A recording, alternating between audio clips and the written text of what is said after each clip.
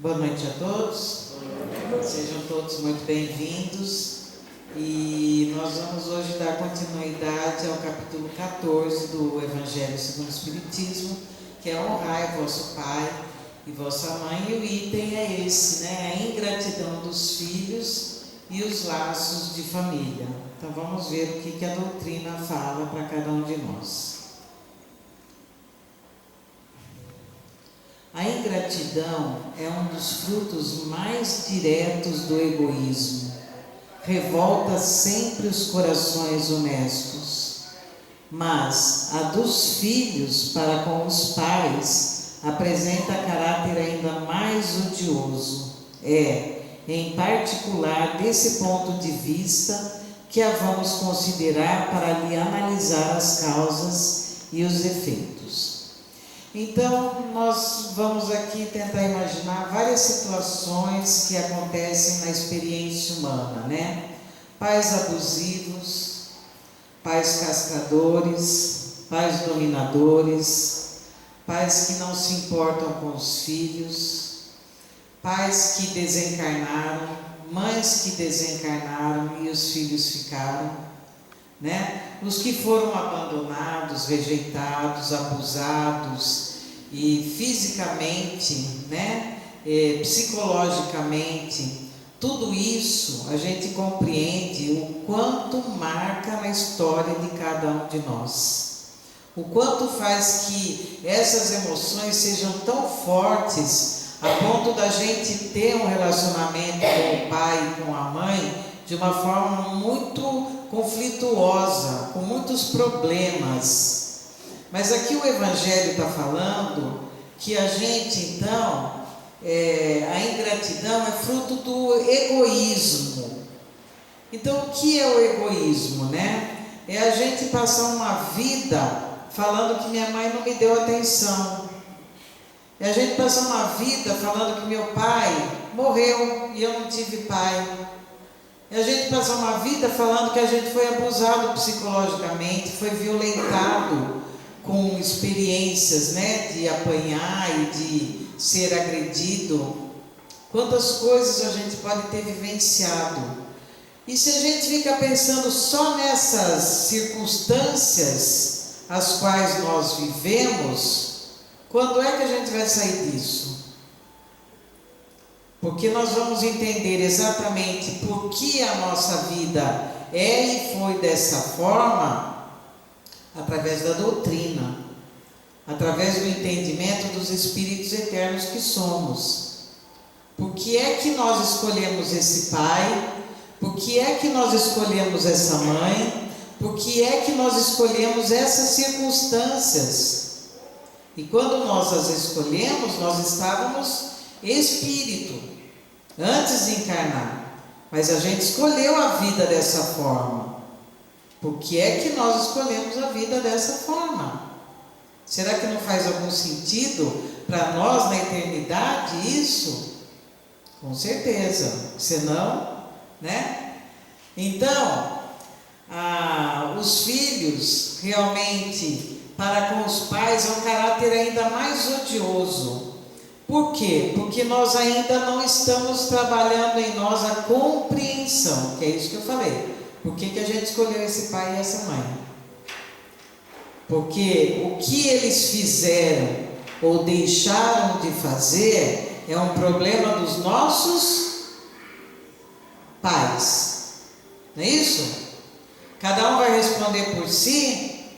Com certeza. Então, o que meu pai foi ou deixou de ser, o que a minha mãe foi ou deixou de ser, é um comprometimento dela com a ação e reação, que é uma lei divina. Eles vão responder por aquilo que fizeram. Mas se eu sou ingrata, esse aspecto que é mais complicado, porque é a nossa atitude. É aquilo que eu estou fazendo em relação àqueles que me deram a oportunidade dessa reencarnação. Eles, através de nos aceitarem numa gravidez, nos deram a oportunidade dessa jornada reencarnatória. E só por isso bastaria a gente ser grato. Só por isso, alguém me aceitou, eu não fui abortada. Eu tive um corpo, e esse corpo dependeu de uma escolha do meu pai e da minha mãe. E por isso nós estamos aqui. Eles permitiram. Então só por isso a gente deveria já ser grato. Muito bem. Então, vamos aí ver as causas e os efeitos. Também nesse caso, como em todos os outros, o Espiritismo projeta a luz sobre um dos grandes problemas do coração humano. Quando a gente traz a doutrina para a gente ter o entendimento daquilo que somos, qual a razão de ser da nossa jornada reencarnatória? Daí a gente vai entender por que é que nós fizemos essas escolhas. Ou se a gente ainda não entende, possivelmente quando nós sairmos desse corpo e nós chegarmos ao mundo espiritual e fizermos uma avaliação daquilo que nós vivemos, daquilo que nós fizemos, daquilo que nós escolhemos, daí a gente vai entender, olha, eu devia ter feito, eu não devia ter feito, eu podia ter feito diferente, nossa, daí já foi, né? Aquela escolha já foi feita, vai ficar para uma outra reencarnação, nossas novas escolhas, porque as que nós fizemos, nós já as vivemos, não é? Então, os laços de família são fortalecidos pela reencarnação e rompidos pela unicidade da existência. Se a gente entender que nós temos uma única vida, daí a nossa vida não faz sentido mesmo. Porque então, como que eu tenho a vida que eu tenho e a minha vizinha tem aquela vida que ela tem? E a Lady Di teve a vida que ela teve, a rainha da Inglaterra teve a vida que ela teve, e a princesa teve a vida que ela teve, e a Dona Maria dos Sete Fogões tem a vida que ela tem. A gente olha isso tudo, é muito injusto se a gente entender uma única vida, porque a diversidade das experiências são muito grandes. E não faz sentido um ter alguma coisa e o outro deixar de ter. Um ser de um jeito e outro ser de outro jeito. É por isso que a reencarnação é a grande luz para a nossa consciência. É a grande forma da gente compreender por que é que a gente vive e vivemos com tanta diversidade de seres humanos em condições totalmente adversas umas das outras. Dois irmãos gêmeos não têm a mesma experiência, eles são totalmente diferentes, não é? Se a gente não tem a reencarnação, a gente não entende isso. Então, numa única vida, dá para todo mundo ser tão diferente do jeito que a gente é? Não dá, não dá, é impossível, né? Então, é através da engrenagem familiar que cada filho de Deus, matriculado no educandário do renascimento, vai se preparando para aprender, a conviver, a conhecer e a respeitar a humanidade. Nosso mestre Allan Kardec. Então, cada filho de Deus está matriculado no educandário da vida. E a hora que a gente pergunta, mas o que é que eu estou fazendo aqui? Qual é o sentido da minha vida? Para que eu estou vivendo? O que eu devo buscar? Está aqui a resposta, olha, é bem claro, né? Nós estamos aprendendo o quê? Principalmente a conviver. É fácil conviver, gente? Sim ou não? Eu também acho. Nós concordamos, não é fácil conviver não, né? Simples é viver o monge do Tibete, lá ele sozinho, com os passarinhos, com as árvores, com os animaizinhos da floresta. Não tem intriga, não tem treta com ninguém, né? Mas bastou pôr dois juntos que a gente vai começar a ter os problemas, não é isso? Por quê? Porque nós somos humanos. e somos diferentes.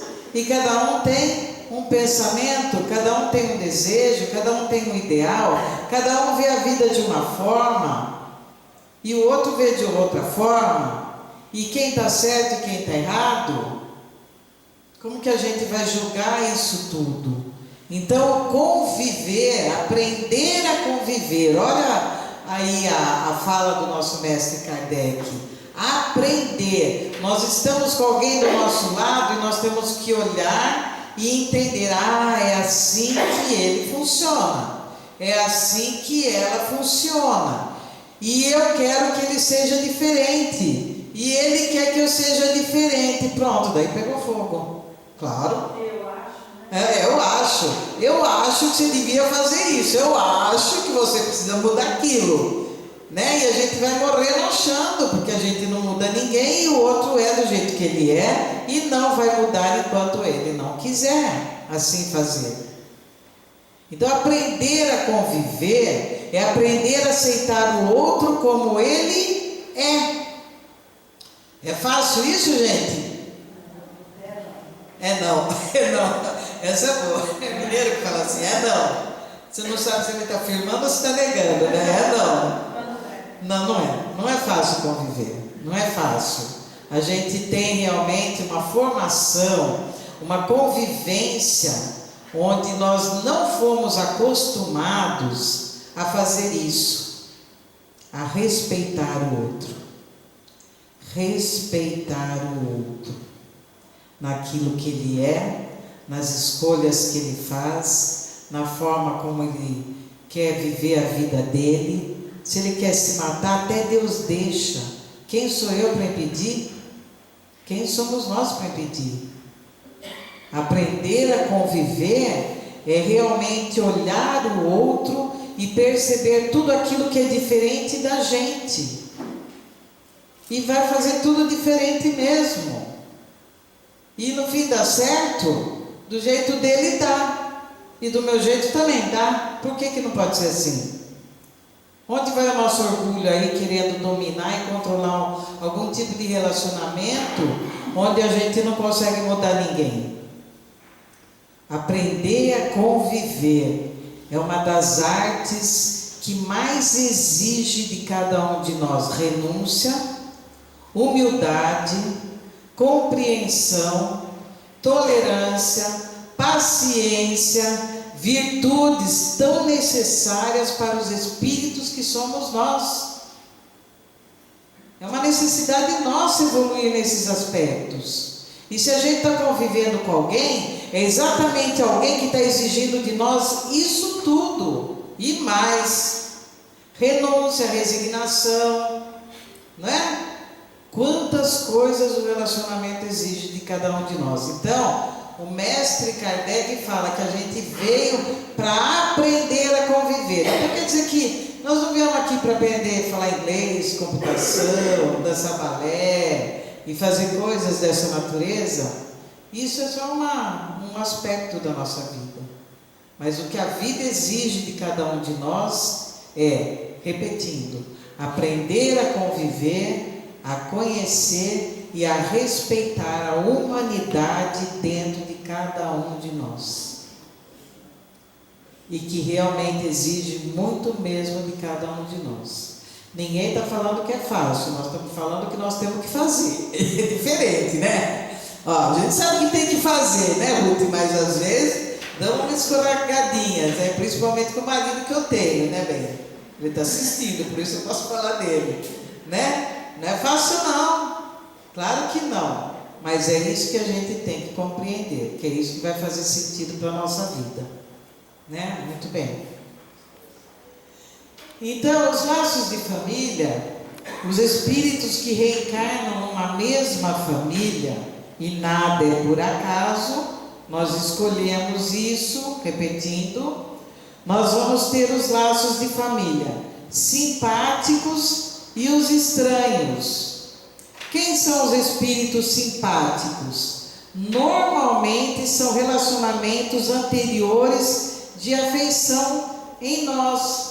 Foram espíritos que nós já vivemos, nós já convivemos. e esses espíritos estão juntos novamente conosco.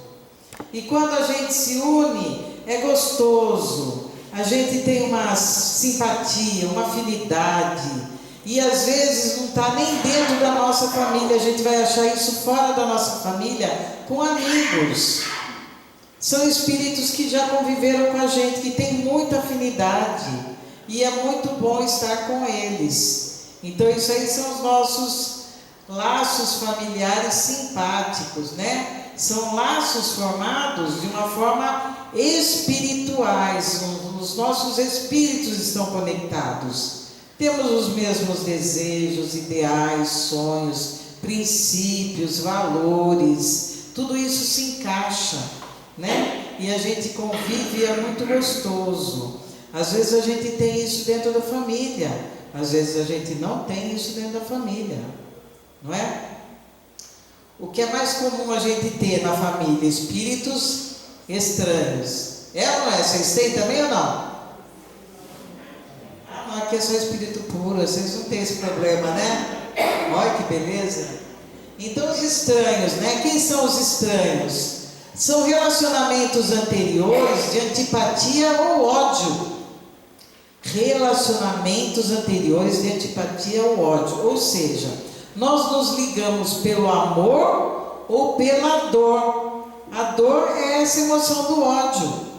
Nós vivemos, e a gente vê isso nas histórias, quem gosta de assistir filmes épicos, históricos, quanto ódio era de uma família para outra, dentro da mesma família, pai matando filho, filho matando pai, matando mãe, abusando, né? Sequestrava filho do irmão para pedir dinheiro e ter poder. Quantas guerras foram feitas, e esses espíritos estão onde hoje? Estão aqui reencarnando tudo de novo. Não tem jeito, é uma roda, né? E a gente está circulando sempre essa roda. A reencarnação, ela vai acontecendo sempre. A gente vai, retorna ao mundo espiritual, faz novas escolhas, volta, assume novo corpo, vivencia novas experiências, volta para o mundo espiritual, e estamos ligados aqui. A gente consegue hoje amar todo mundo, a gente tem raiva de uma turma, tem ódio de outra, quer matar, trucidar outra, não é isso? A gente não sabe o que é o amor ainda, efetivamente, né? Esse amor de Jesus é uma coisa que está um pouquinho distante daquilo que a gente consegue viver. A gente está começando a compreender isso, e isso exige muito de cada um de nós. Portanto, esses familiares, se estão conosco pelos laços corporais, vamos voltar lá. Estamos lá para aprender a conviver. Aprender, conhecer e respeitar a humanidade de cada um de nós. Muito bem. Então, por que nós nascemos juntos, né? No Evangelho do capítulo 4 da obra do Segundo Espiritismo, aprendemos que as famílias são formadas por afinidades e também por reencontros de espíritos que têm contas a ajustar. Nem sempre estamos unidos por laços de afeto do passado. Às vezes a vida junta os que precisam aprender a se respeitar. Nós vamos insistir nesse ponto, porque é isso que tem que ficar bem claro para cada um de nós. Por que é que nós estamos na família que nós estamos? Por que é que a minha vida é do jeito que ela é? Por que é que a gente tem os parentes que a gente tem? Porque meu pai, porque minha mãe, porque meu filho, e todo mundo tem alguma coisa para se falar, né? Nesses laços de família, então, nós temos esses reencontros. E se nós saímos da vida passada um pouquinho melhor para entrar nessa, e nós temos nessa todas as dificuldades que cada um encontra nos relacionamentos, quer dizer que nós não aprendemos ainda. Claro, senão a gente não estaria aqui, nós estaríamos em outra esfera, em outra dimensão. Nós estamos aqui realmente porque nós não conseguimos aprender esse conviver com o outro. É essa experiência que é preciso para cada um de nós. Então, tudo está ligado ao nosso passado. E essas contas a ajustar, é um ajuste. Gente, nós não estamos pagando dívida, nós estamos nos ajustando. Porque a ideia de pagar dívida é uma conta que a gente nunca termina também. Mas o aprendizado a gente vai conseguir. A dívida sempre tem juro, e tem mais juro, e tem mais juro. O ajuste não, né? O ajuste nós precisamos melhorar a engrenagem. Nós precisamos lapidar um pouquinho mais as arestas que são realmente em nós orgulho e egoísmo, para a gente se tornar mais humilde, mais brando e pacífico, para que a gente possa viver melhor, com certeza. Então, meus amigos, como diz o protetor aqui, né? Se conhecesseis todos os laços na vida presente, que na vida presente vos unem às vossas existências anteriores, e se pudesseis entender a grande multiplicidade de relações que unem os seres uns aos outros para o progresso de todos, admiraríeis ainda muito mais a sabedoria e a bondade do Criador, que vos permite reviver para chegar até Ele. Então, olha a colocação, é aí que a doutrina espírita traz para nós a consciência e o entendimento daquilo que somos. Porque se a gente soubesse todos os laços que nessa vida nos unem às existências anteriores, a gente teria melhor, a gente estaria fazendo melhor nossas escolhas em relação aos nossos pais e em relação aos nossos filhos. A gente não teria mais a ideia da ingratidão, porque a gente compreenderia a nossa história. Por que é que a minha vida é do jeito que ela é? Por que é que a minha história foi do jeito que ela foi? Então está tudo lá ligado. Em espírito a gente compreende, na matéria somos limitados para compreender, mas em espírito a gente entende, porque nós fizemos a escolha lá, e a escolha lá só estava sendo escolhida por conta daquilo que a gente precisava aprender. E às vezes a gente precisou ter o pai e a mãe que a gente teve, e as experiências as quais nós tivemos, porque foi assim que a gente resolveu aprender a nossa lição para ajustar aí a nossa experiência, né? Então, a gente ficaria admirado ainda mais sobre a sabedoria e a bondade do Criador. O que é que a gente sabe da sabedoria e da bondade do Criador? Nós não sabemos nada, porque a gente conhece a Deus como inteligência suprema, causa primeira de todas as coisas, e a gente sabe dos seus atributos, mas a gente não entende mais nada, porque não é a nós ainda permitido saber. Por quê? Porque a nossa consciência não tem compreensão disso. Por isso que quando perguntaram para Paulo se falasse de Deus, ele falava: se tiver que falar de Deus eu não consigo, mas eu sei. Saber é interno, é como se algo dentro de você acessasse, mas a gente não tem a forma para verbalizar e para explicar isso de uma melhor maneira. Então a gente sabe, mas a gente não consegue falar. E então a gente não sabe realmente a grandeza da sabedoria do Criador, que nos permite reviver as experiências, às vezes com os mesmos espíritos aos quais nós precisamos com certeza desse ajuste para aprender a respeitar a humanidade de cada um.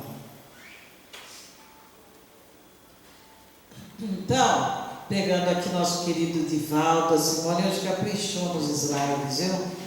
Ninguém há na terra sem defeitos, como não existe uma só pessoa que não possua também virtude. por pior que esse indivíduo seja. Gente, somos nós. Não tem um ser humano sem defeito, né? E não tem uma só pessoa perfeita. Perfeição está muito longe para cada um de nós. Nós estamos muito mais imperfeitos do que atingindo esse grau de perfeição. E é com essa imperfeição que a gente convive uns com os outros. Então, tem uma historinha dos porcos espinhos, que é muito famosa, mas que cabe muito aqui na nossa palestra hoje, que é numa antiga era glacial, os porcos espinhos conviviam todos soltos, mas a temperatura começou a baixar muito, e eles perceberam que eles precisavam se aproximar muito uns dos outros, para que eles realmente aguentassem a baixa temperatura. Só que o espinho de um começou a ferir muito o outro, e eles começaram a morrer. Daí eles começaram a perceber que eles precisavam se afastar. E se afastando também, um machucaria o outro, mas o calor que um poderia estar passando para o outro também fez com que eles morressem. Daí eles aprenderam que eles precisariam conviver a uma proximidade tal que o espinho de um não ferisse o corpo do outro, mas apenas o calor fosse transmitido para que eles pudessem suportar a baixa temperatura. E nisso toda a comunidade então sobreviveu. Então é isso, nós temos esses espinhos, a gente machuca as pessoas, e as pessoas também nos machucam. E até quando a gente vai continuar com esse tipo de comportamento? Até quando a gente não vai mudar essa história? Até quando a gente vai permitir que isso esteja ocorrendo dentro dos nossos lares, o ambiente onde a gente mais vive, com aquelas pessoas que nós elegemos estar juntos? Até quando a gente vai continuar ferindo alguém? Não é? Joana de Ângeles. E sejam quais sejam os teus obstáculos na família, é preciso reconhecer que toda a construção moral do reino de Deus perante o mundo começa nos alicerces invisíveis da luta em casa. Então, é dentro do nosso lar que a gente precisa se esforçar para que essas virtudes aflorem e que a gente, nesse laço de família, construa o amor que Jesus nos ensinou, para que esse ódio e todos os sentimentos que nos afastam uns dos outros, eles sejam contidos pela nossa impulsividade. Vamos conter isso quando a gente quer explodir de raiva, quando a gente quer chutar o pau da barraca, quando a gente quer ofender ou falar coisas que realmente vão ferir. Isso compete a cada um de nós ter o controle. Coloca água na boca, segura, espera esquentar, daí engole, já passou.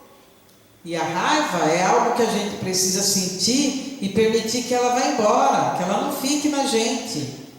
Porque se a gente alimentar a raiva, olha aqui que a gente vai fazer dessa luta aqui, dentro do lar. Vai ser uma luta mesmo, mas a luta maior tem que ser contra as nossas imperfeições, no convívio com o outro. É aí que a gente cresce. Muito bem, então, quando Jesus se adentra no lar, a família se reconstrói e os seus membros descobrem objetivos da consanguinidade, estabelecendo metas de dignificação que são alcançadas pouco a pouco. Joana de Ângeles, Jesus, ele vem falar de amor, ele vem falar de respeito, ele vem falar de valores humanos, nobreza de alma e tudo aquilo que a gente precisa melhorar em nós.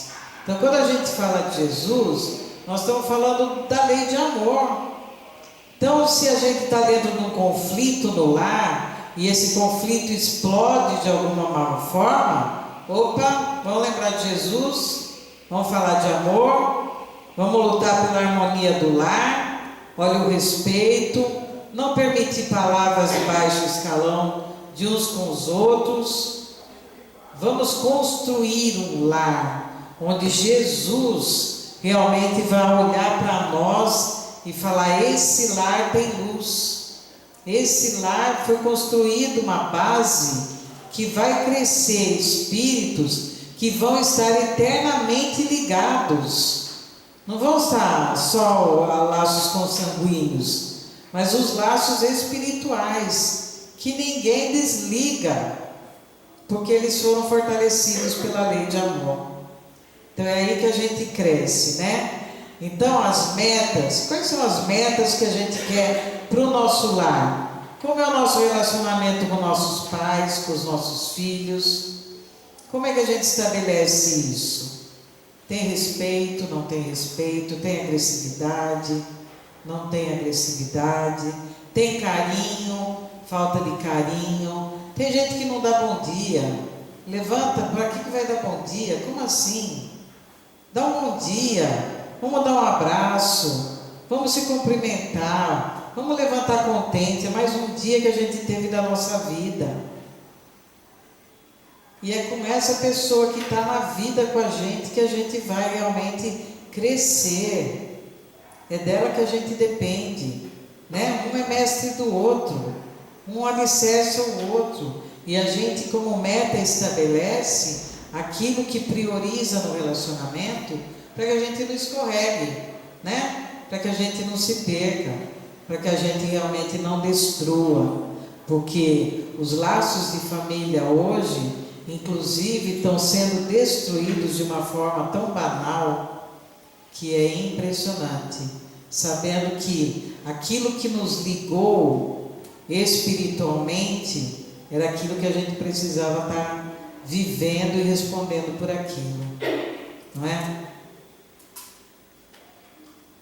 Muito bem. Então, a doutrina espírita esclarece para nós sobre a importante função educadora e regeneradora da família, diante do processo da edificação moral do homem. Percebemos então que a família pode contribuir de maneira abrangente dentro da proposta de educação da humanidade, do homem, como ser espiritual, apontando lá e tudo que este poderá oferecer para a formação desse homem de bem amanhã. Os nossos filhos dependem da nossa moralidade, dos nossos testemunhos, daquilo que a gente escolheu como valores.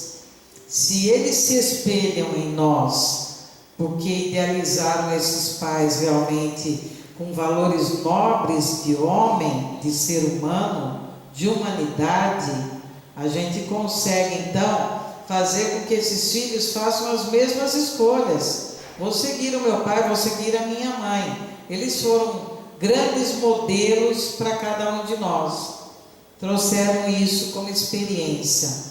Então Kardec está falando novamente para nós que a edificação moral do homem está dentro daquilo que a gente constrói dentro dos valores da família, dentro do lar.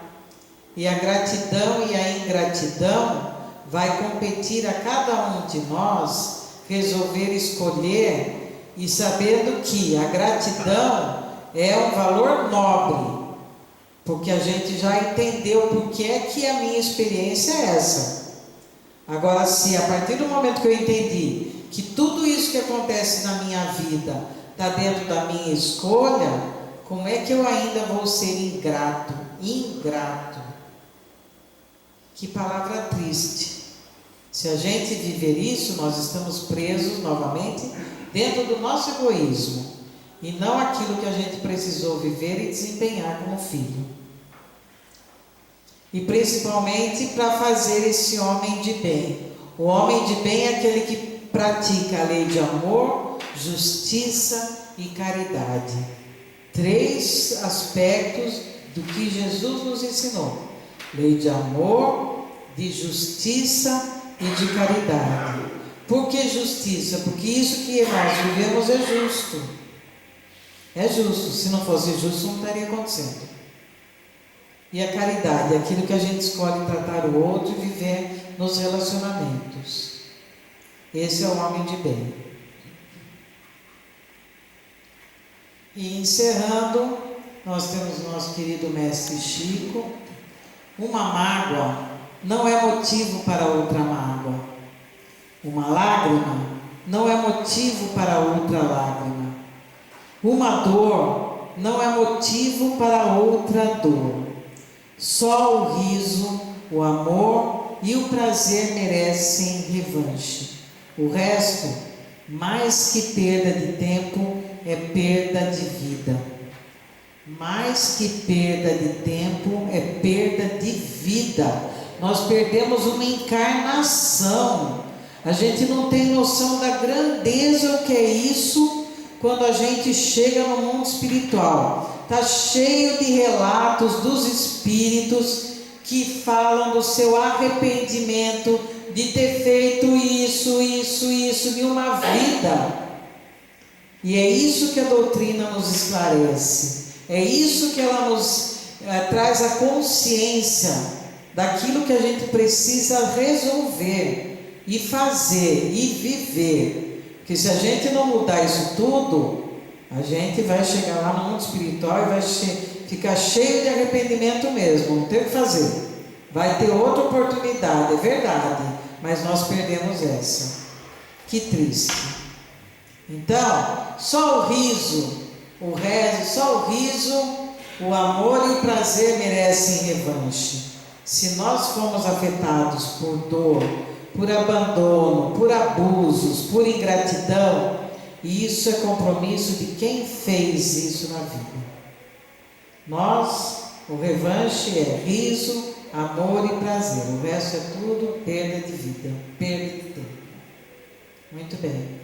E para encerrar, nós trouxemos uma musiquinha que é muito linda, que não podemos deixar de trazer a música que alegra o ambiente e que nos enriquece também com a sabedoria dela, né?